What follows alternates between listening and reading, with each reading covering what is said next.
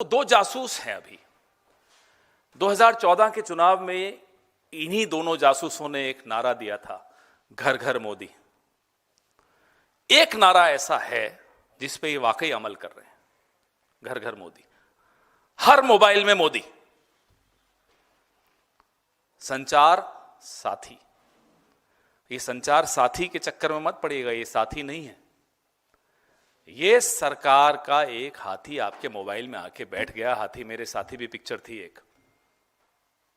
और इन दोनों की पुरानी आदत है, ये बीमारी इनकी पुरानी है जासूसी करने की। गुजरात में मशहूर है, मैं इससे ज्यादा इसलिए नहीं बोलूंगा। कपिल मिश्रा बहुत कुछ बोल चुके हैं। दिल्ली की विधानसभा में पूरा वीडियो चलाया था, कपिल मिश्रा ने इनकी जासूसी का कांड खोला था। अब वो कपिल मिश्रा इन्हीं के नेता हैं, लेकिन खुलासा उन्होंने जरूर किया था, उसका धन्यवाद हम उनको देंगे। तो ये जासूसी जो ये गुजरात में करते थे, अब ये चाहते हैं मेरे और आपके घर में ये जासूसी करें। ये चाहते हैं हमारे बच्चे, परिवार, अब बच्चे होते हैं, सेल्फीज लेते हैं, फोटोएं खींचते हैं, एक दूसरे को भेजते हैं। ये सब चीजें copy to Narendra Modi, CC to Narendra Modi, CC to Amit Shah. क्यों भाई? ये हर बेडरूम में घुसने की बीमारी क्यों है आपको? क्यों घुसना चाहते हैं आप हमारे मोबाइल्स में?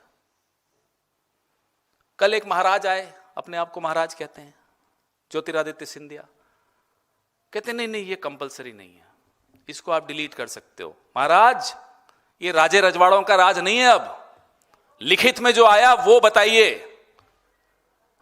मौखिक रूप से आपने आदेश जारी कर दिया, उससे थोड़ा ही चलेगा। ये कोई रियासत थोड़े है आपकी। लिखित में आप कहते हैं कि हर भारतीय स्मार्टफोन पर, एंड्रॉइड पर, आईओएस पर ये एक संचार साथी नाम की ऐप प्री लोडेड होगी। उसको ना छिपाया जा सकता है, ना मिटाया जा सकता है, ना डिलीट किया जा सकता है, ना छेड़ा नहीं जा सकता। ये लिखित में है। मौखिक रूप से महाराजा आते हैं और कहते नहीं नहीं नहीं ऐसा नहीं है। वैसे इस पार्टी में ये बीमारी है, ये भारतीय जासूस पार्टी में बीमारी ये है कि ये कहते कुछ हैं, लिखते कुछ हैं और करते कुछ और हैं। सोचते हैं या नहीं, अभी इस पर आरोप इन पर ज्यादा गंभीर लगे नहीं है सोचने के, शायद नहीं भी सोचते हो। लेकिन जो हमारी आपकी बात ये सुरक्षा की कर रहे हैं, सेफ्टी एक बहाना है, प्राइवेसी पर निशाना है। ये असलियत है इस ऐप की, जो प्री इंस्टॉल करना दूरसंचार विभाग ने मैंडेटरी कर दिया है, कंपलसरी कर दिया। अभी तक लिखित रूप से ये ऑर्डर विड्रॉ नहीं हुआ है। कल दोपहर को महाराजा ने जब ये बयान दिया, फरमान जारी किया, उसके बाद मेरे भी मोबाइल पे आया, आपके मोबाइल पे भी आया होगा। लिंक पे करिए और संचार साथी बनाइए। तो आपने क्या खाना ऑर्डर किया, आपने बैंक में कब क्या पैसे विड्रॉ किए, किसको पैसे दिए, किससे लिए, सब कुछ, कौन से फोटोज खींचे, सिग्नल पे, टेलीग्राम पे, व्हाट्सएप पे, मेल पे क्या मैसेजेस आपने भेजे, सब चीज की एक कॉपी दो जासूस अपने पास मंगवाएंगे। क्या करेंगे इस कॉपी का? जरा पूछिए ना इनसे, इनकी रुचि क्या है हमारी निजी जिंदगी में।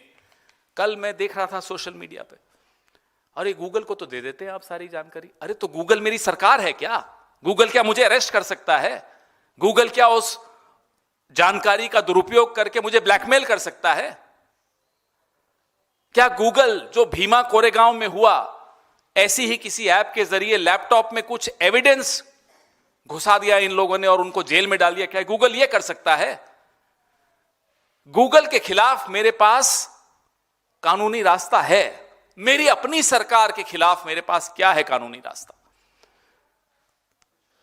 जो वीआईपीज हैं, महत्वपूर्ण लोग हैं, पॉलिटिकल लोग हैं, पत्रकार हैं, जजेस हैं, बिजनेसमैन हैं, अपनी ही पार्टी के भीतर के जो इनके प्रतिद्वंदी हैं, उन सब के लिए पेगासस, आम आदमी के लिए संचार साथी। मकसद एक ही है, जो पेगासस का मतलब था, पेगासस गैर कानूनी रूप से पिछले दरवाजे से आपकी जिंदगी में घुस रहा था, संचार साथी सामने के दरवाजे से कानूनी जामा ओढ़कर आपकी मोबाइल्स में घुस रहा है, आपके बेडरूम में घुस रहा है, आपके किचन में घुस रहा है, आपके घरों में घुस रहा है, आपकी जिंदगी में घुस रहा है। इलेक्टोरल बॉन्ड की जानकारी निजता का हनन है साहब, वो नहीं मिलेगी आपको। पीएम केयर फंड में कितना पैसा किस कंपनी से आया, यह जानकारी आपको नहीं दी जाएगी, निजता का हनन है। प्रधानमंत्री की डिग्री, आज तक कोर्ट में केस लड़ा जा रहा है, निजता का हनन है। डिग्री तक नहीं सार्वजनिक की जाती जिस देश में, वैसे बड़ा अजीब हो गया है ये देश, जो पढ़ा लिखा है वो तो पप्पू, और जिसकी डिग्री तक पे सवालिया निशान है वो विश्वगुरु। तो विश्वगुरु की डिग्री मांग लेना निजता का हनन है, लेकिन हमारे आपके मोबाइल में घुसकर हमारी जिंदगी की तमाम जानकारी ले जाना उनका हक है। बताइए ये किस तरह की डेमोक्रेसी है? इसीलिए इस प्रेस वार्ता को मैंने नाम यही दिया कि ऐसी तैसी प्रिवेसी। ये क्या है? ये डेमोक्रेसी कहां है? ये डेमोक्रेसी। हम सरकार से सवाल नहीं पूछ सकते, हम सरकार से राइट टू इंफॉर्मेशन में उन्होंने सेक्शन 8 में जो तब्दीलियां कर दी, राइट टू इंफॉर्मेशन तबाह कर दिया इन्होंने। और इस सरकार जिसके पास हमारा आपके जितनी इंफॉर्मेशन, जितना डेटा, जितने आंकड़े हैं वो सुरक्षित नहीं है, इसका सबूत ये सरकार कई बार दे चुकी है। करोड़ों लोगों का आधार डेटा लीक हुआ, करोड़ों लोगों का नमो ऐप का डेटा लीक हुआ, ये सब सबूतों के साथ बोल रहे हैं। करोड़ों लोगों का डेटा बेचा गया और 100 करोड़ इस सरकार ने कमाए। उस सरकार को चाहिए, वो चाहती है कि हमारे आपके मोबाइल में घुस जाए और जानकारी इकट्ठी करे और फिर इस जानकारी का दुरुपयोग करे, इस जानकारी को बेचे। अरे जो सरकार इजराइल के साथ मिलकर अपने ही देश के, अपनी ही पार्टी के प्रतिद्वंदियों के मोबाइल में पेगासस डाल सकती है, उस सरकार को क्या आप संचार साथी मानेंगे? क्या उसको साथी मान सकते हैं ऐसी सरकार को? Can you treat a government like this as your friend? A government which collaborates with Israel and brings Pegasus in our mobiles. What Pegasus was to the VIPs of this country, Sanchar Sathi is to the common man of this country. The objective is the same. The objective is to get into your mobiles, to get into your bedrooms, to get into your lives, to ensure that your teenage daughters, sons, their mobiles, their selfies, their photographs, their information, everything becomes public, everything goes to the minister. And the two of them have a recorded history of spying on ordinary citizens. कोई पहली बार नहीं कर रहे हैं, ये कई बार कर चुके हैं। 240 सीटों में यह हाल है। सोचिए 400 होती तो क्या करते हैं? समझिए, आप इनके मकसद समझिए। और इनका जो रिकॉर्ड है, मैं 2-3 चीजें तो बता ही चुका हूं आपको, लेकिन मैं सिलसिलेवार आपको इनका रिकॉर्ड बताना चाहता हूं। 2017 में सुप्रीम कोर्ट में निजता को मौलिक अधिकार मानने के विरोध में भाजपा की सरकार खड़ी हुई थी, याद कीजिए। इन्हें लगता है हम सब भूल जाएंगे। 2018 में 10 एजेंसियों को बिना न्यायिक निगरानी के कंप्यूटर से जानकारी इंटरसेप्ट करने का अधिकार दे दिया। 10 agencies without any judicial oversight. DNA profiling bill यही सरकार प्रमोट कर रही थी, पुश कर रही थी। सोशल मीडिया हब का जो प्रस्ताव था, डिजिटल बातचीत पर निगरानी, यही सरकार पुश कर रही थी। आधार डेटा लीक का मैं आपको बता चुका हूं। और 2019 तो ऐतिहासिक साल था जब पेगासस लाया गया, जिसमें न्यायाधीश, विपक्ष के नेता, हमारे राहुल गांधी, हमारे कई नेता, केंद्रीय मंत्रियों तक की, अपनी ही पार्टी के केंद्रीय मंत्रियों की जासूसी की गई थी। 2020 में नमो ऐप का हुआ, जिसमें विसल ब्लोअर्स और पत्रकारों के निजी डेटा को लीक करने की और दुरुपयोग करने की आरोप लगे। आप कोई बचे हुए नहीं है, आप ये मत सोच लीजिएगा आप बच गए। आज हिरेन जोशी, कल हिरेन जोशी था, आज कोई और आ जाएगा, सुना है कोई और आ रहा है। तो ये सब जो इनके हथकंडे हैं, आरटीआई का मैं आपको बता चुका हूं। अभी इसी साल 2025 में आयकर अधिनियम में परिवर्तन किया, जिसमें email, cloud account, messaging app, social media, online banking, यहां तक कि जो आईओटी के उपकरण हैं उनकी भी छानबीन करने का अधिकार इनकम टैक्स डिपार्टमेंट को दे दिया गया। तो ये हमारी आपकी डिजिटल जो जीवन है उसको इन्होंने एक स्थायी निगरानी क्षेत्र बना दिया।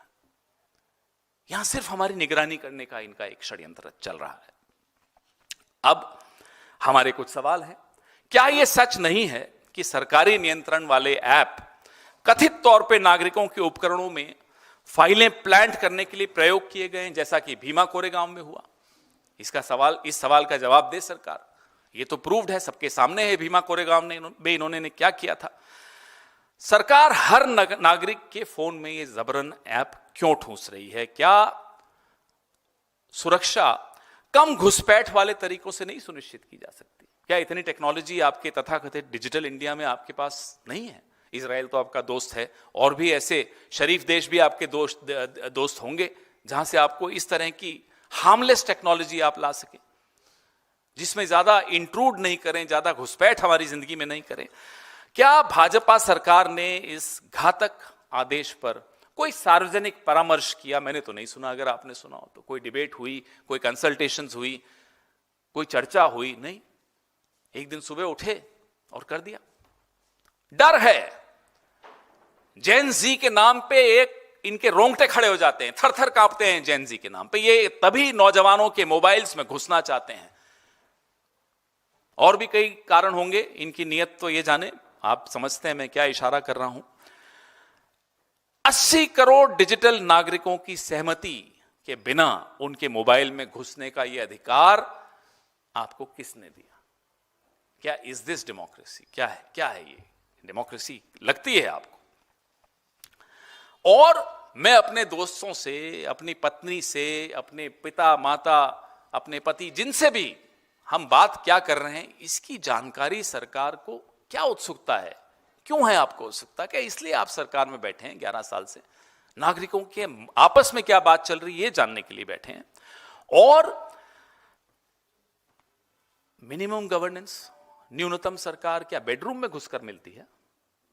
लोगों के बेडरूम में घुस के कहते हैं साहब न्यूनतम सरकार है, ये मिनिमम गवर्नेंस है। माफ कीजिएगा, ये मिनिमम गवर्नेंस नहीं, ये मैक्सिमम इंटरफेरेंस है।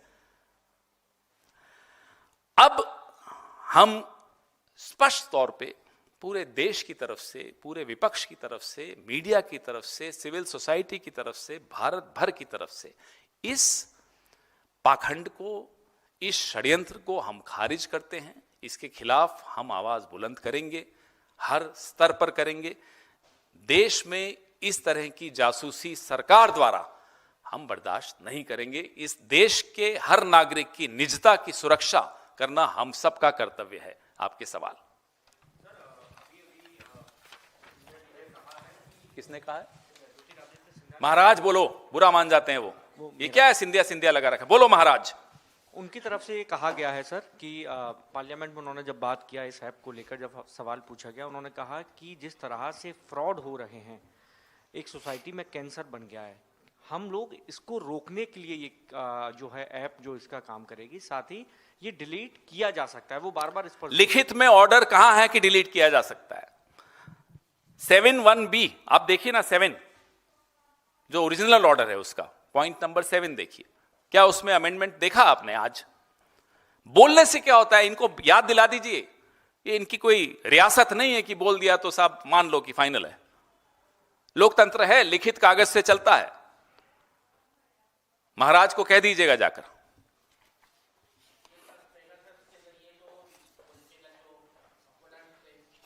जी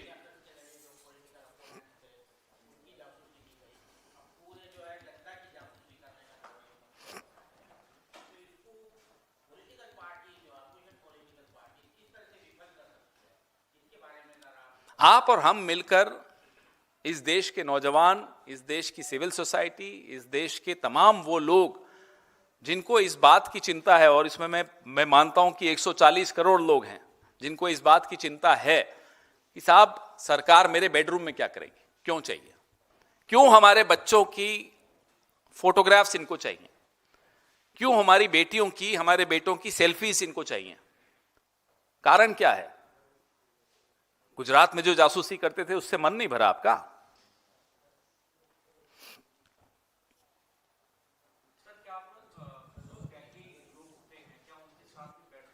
किसके साथ?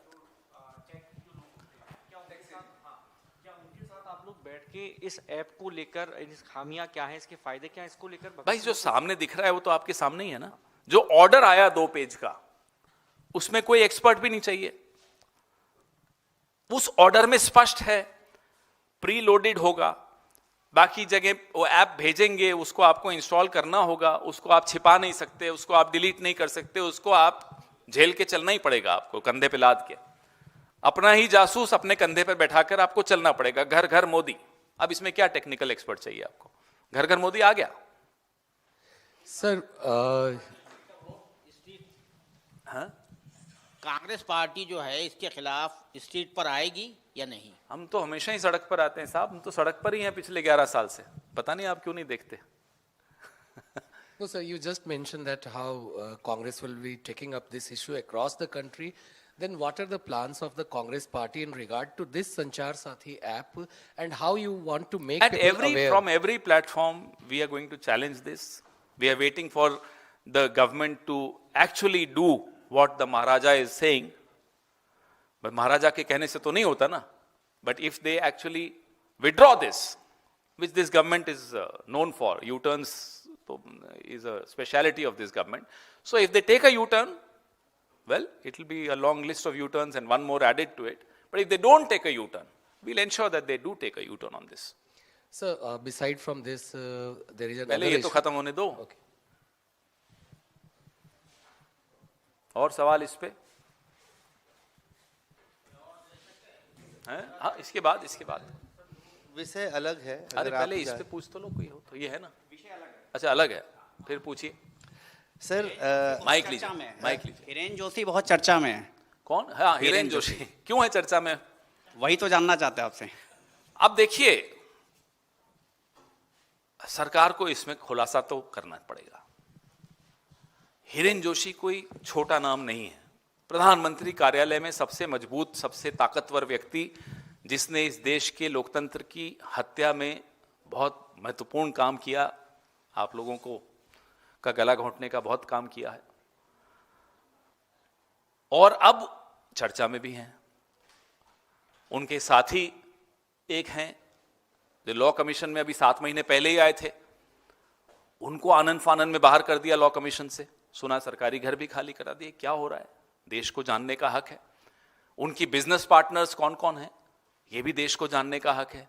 क्या बिजनेस कर रहे थे हिरेन जोशी प्रधानमंत्री कार्यालय में बैठकर, ये भी देश में को जानने का हक है। कौन सी बेटिंग ऐप थी, क्या था, किसमें वो हिस्सेदारी है उनकी, चर्चाएं चल रही हैं सोशल मीडिया पर। और अगर सरकार जल्दी बाहर आकर कुछ नहीं बोलेगी, खुलासा नहीं करेगी, स्पष्टीकरण नहीं देगी, तो जाहिर सी बात है ये चर्चाएं चलेंगी मोबाइल्स पर। भले आप कितनी ऐप्स ले आइए, जो लोगों को जानकारियां मिल रही हैं प्रधानमंत्री कार्यालय से ही मिल रही हैं, तो वो जानकारियां सबके पास जा ही रही हैं। बहुत सारी सुना है बिजनेस इंटरेस्ट हो गए इनके, विदेशों में इनके क्या लिंक्स हैं, जब विदेश यात्रा की वहां किन किन से मिले, क्या राष्ट्र के हितों का कोई समझौता किया हिरेन जोशी ने अपने साथियों से मिलकर अमेरिका में या जहां भी गए हों। ये सारी खुलासे अब आएंगे। ये देश जो है ना, लोकतंत्र को आप इतनी आसानी से मार नहीं सकते। कोशिश बहुत कर ली आपने। अब प्रधानमंत्री के कार्यालय पे बहुत बड़ा सवालिया निशान खड़ा हो गया। एक महत्वपूर्ण व्यक्ति, उसके रिश्ते, व्यावसायिक रिश्ते, उसके निजी रिश्ते, क्योंकि निजी कुछ नहीं होता प्रधानमंत्री के कार्यालय में, क्या निजी है, सार्वजनिक ऑफिस है वो। क्या संबंध किससे हैं, उन संबंधों का क्या नुकसान इस देश को हुआ, ये पारदर्शिता से देश को जानने का हक है। और सरकार का कर्तव्य है कि पारदर्शिता से हिरेन जोशी का पूरा प्रकरण देश के सामने रखें। नहीं तो हम तो रखेंगे ही। पवन सर, एक सवाल है। रक्षा मंत्री कल गुजरात के दौरे पे थे, राजनाथ सिंह जी। उन्होंने कल वहां पे कहा कि उस वक्त पंडित जवाहरलाल नेहरू पब्लिक फंड से बाबरी मस्जिद का निर्माण करना चाहते थे और उस वक्त गुजरात के बेटे सरदार पटेल ने इसे रोका। ये भी रक्षा मंत्री को तो हम यही कहेंगे साहब, आप तो ऐसे न थे। बाकियों का तो समझ में आता है, बहुत पढ़े लिखे प्रधानमंत्री हैं, उनका समझ में आता है, जो बोल देते हैं। अब लोग हंसते हैं। रक्षा मंत्री भी बोलने लगेंगे इस तरह की बातें। भाई बताइए, कहां है आपके पास सबूत? ये कहां से हवाबाजी करने आ गए आप? इसका सबूत नहीं है उनके पास। लेकिन यहां झंडेवालान में 800 साल पुराना मंदिर अभी कुछ दिनों पहले गिराया जा रहा है क्योंकि आरएसएस के मुख्यालय की पार्किंग बनानी है। इसका सबूत है हमारे पास। ये अजीब सी बातें करते हैं साहब। नेहरू जी ने बाबरी मस्जिद, अरे भाई बाबरी मस्जिद कब बनी थी? 1560 में बनी होगी शायद। नेहरू जी कब पैदा हुए थे? सरदार पटेल जी की मृत्यु कब हुई थी? 1950 में हुई थी। उसके 14 साल बाद भी नेहरू जी तो थे ना। बनाई क्या बाबरी मस्जिद? तब तो सरदार पटेल नहीं थे ना रोकने वाले। तो राजनाथ सिंह जी को चाहिए कि मोदी के राह पे ना चलें। भाजपा में को बहुत बड़ा नुकसान मोदी जी करके जा रहे हैं। अब पीछे पीछे सब भी उसी रास्ते पे चले जाएंगे तो हमें तो कोई नुकसान नहीं, हमें तो फायदा ही है। पार्टी को खत्म करिए, हमें क्या नुकसान है? माइक। सर, एक रेवंत रेड्डी का स्टेटमेंट है और आपकी पार्टी से एक और लीडर हैं रागिनी नायक, उनका एक ट्वीट क्या? जिसमें उन्होंने एक एआई वीडियो जनरेट किया हुआ है प्रधानमंत्री मोदी का, और उस पर आपकी क्या प्रतिक्रिया? और रेवंत रेड्डी ने मैंने देखा नहीं और ना मैंने रेवंत जी का स्टेटमेंट सुना। तो जब मैं सुनूंगा और जब रागिनी जी का मैं ट्वीट देखूंगा तो उस पर टिप्पणी कर देंगे। ये मैं जो पहला आपका वो था इशू इसके बाद संचार साथी। अब आप संचार सारथी पे आ गए। देखो साथी पे। नहीं, मैं ये इसलिए अच्छी बात है, पूछना मैं तो चाह खुश हूं। हाँ, कि पूछिए। रशिया में भी इसी तरह से हो रहा है। पुतिन जो है यहाँ आने वाले हैं, इंडिया आने वाले हैं। क्या उनके वेलकम के लिए किया जा रहा है? ये उनको संचार कहो साथी? अपना मोबाइल न लाएं साथ में। पता चला इधर भी घर घर मोदी और उधर भी घर घर मोदी।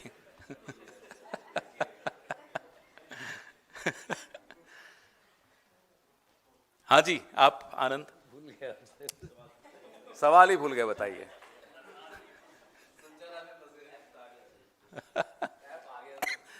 देखिए, CPP chairperson has written a detailed article in which he has highlighted that how in Aravali Hills the rules have been देखो, bended, and as Delhi is grappling with air pollution issue.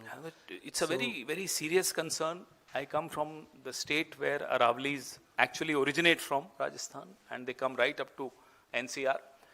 But when you drive down from my city to Delhi, there comes a point where you just see that the mountains are no longer there. They've been obliterated, they've been removed. And it's a shocker because from my childhood I have driven thousands of times on this road, and suddenly there is a blank.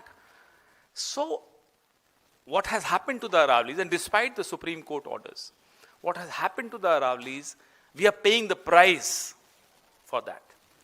And it's not just Aravali's. Aravali's is a major reason, but across the country what we are doing to our environment, whether it's the Andaman Nicobar Islands, you should see the reports on Andaman Nicobar Islands. They are cutting millions of trees. And we are paying a heavy price for that. Pollution is something which affects each one of us, our children, our elders, everyone. Today I was reading a report of how our lungs are so heavily compromised because of this pollution. You may not be a smoker, I know you are, but even if you're not a smoker, our lungs are compromised. The man sitting next to you who is laughing, he's not a smoker, but he's paying a price. So that's the price we are all paying.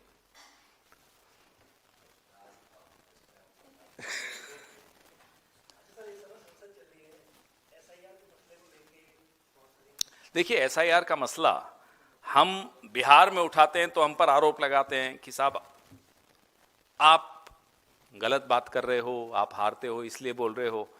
वही काम BJP Bengal में कर रही है। वही आरोप, वही सवाल बीजेपी बंगाल में उठा रही। तो ऐसा कैसा है एसआईआर कि बिहार में तो एकदम ठीक हुआ और बंगाल में खराब हो रहा है? इसका जवाब आजकल ज्ञानेश घूम रहे हैं, सुना विदेशों में, ज्ञानेश से दिलवाइए या मोदी जी से दिलवाइए कि साहब बिहार में ठीक है एसआईआर, बंगाल में खराब क्यों है, जरा जवाब दीजिए। बीएलओज जिस प्रेशर में काम कर रहे हैं, प्रेशर सिर्फ ये नहीं कि डेडलाइंस मीट करनी है, प्रेशर कुछ गलत करने का भी है। उस दबाव में आत्महत्याएं हो रही हैं, उस दबाव में जो हो रहा है वो आपके सामने और बहुत दुखदाई है। एसआईआर पे हमारे सवाल हम निरंतर उठा रहे हैं, संसद में भी उठाएंगे, इस पे चर्चा होगी।